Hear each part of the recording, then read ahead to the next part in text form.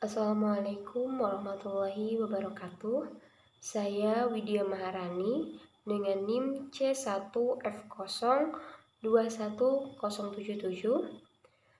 akan menjelaskan tentang kerangka dasar penyusunan dan penyajian laporan keuangan syariah serta konsep dasar akuntansi menurut AAOIFI dan pemikiran Islam. Selanjutnya yaitu paradigma transaksi syariah.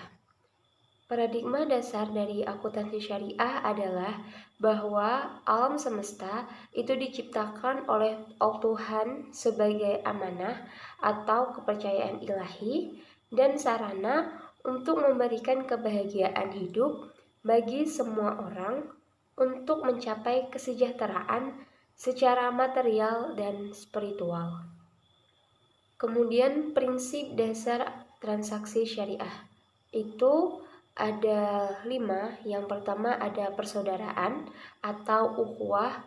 Kemudian yang kedua ada keadilan atau adalah. Yang ketiga ada kebaikan atau maslahah. Yang keempat itu ada keseimbangan atau tawazun.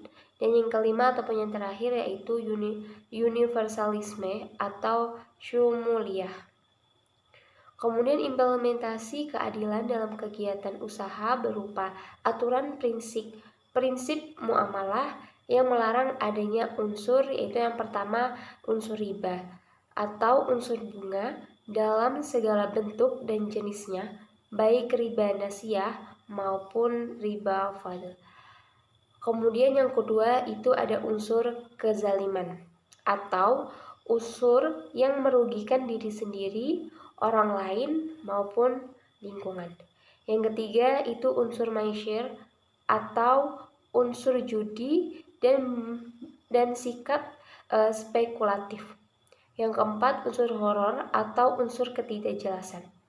Yang kelima itu unsur haram atau unsur haram baik dalam barang maupun jasa serta aktivitas operasional yang terkait. Kemudian transaksi syariah yang dianggap bermasalah harus memenuhi secara keseluruhan unsur-unsur yang menjadi tujuan ketetapan syariah atau maqasid syariah, yaitu berupa pemeliharaan terhadap akidah, kemudian keimanan dan ketakwaan, intelektual, keturunan, jiwa dan keselamatan, serta harta benda. Selanjutnya yaitu tujuan dan unsur-unsur laporan keuangan dalam akuntansi syariah. Tujuan laporan keuangan adalah untuk memberikan informasi tentang posisi keuangan, kinerja, dan perubahan suatu perbankan syariah sehingga mereka dapat membantu banyak orang yang membuat keputusan ekonomi. Selanjutnya yaitu unsur-unsur laporan keuangan dalam akuntansi syariah sesuai karakteristik, maka laporan keuangan entitas syariah itu yang pertama harus komponen laporan keuangan yang mencerminkan kegiatan komersial. Kemudian itu yang kedua, komponen laporan keuangan yang mencerminkan kegiatan sosial. Yang ketiga, komponen laporan keuangan lainnya yang mencerminkan kegiatan dan tanggung jawab khusus entitas syariah tersebut. Unsur yang berkaitan secara langsung dengan pengukuran posisi keuangan adalah aset, kewajiban, dana syirkah, temporer, dan ekuitas. Selanjutnya yaitu konsep dasar menurut AAOIFI atau Accounting and Auditing Organization for Islamic Financial Institution. Para pemikir Islam dalam AAOIFI itu menggunakan metode untuk menentukan tujuan laporan keuangan lembaga keuangan syariah. Mereka mengumpulkan semua gagasan akuntansi modern dan kemudian menilai apakah gagasan tersebut itu sesuai atau bertentangan dengan syariah Islam. Akan diterima jika diketahui konsisten atau sesuai.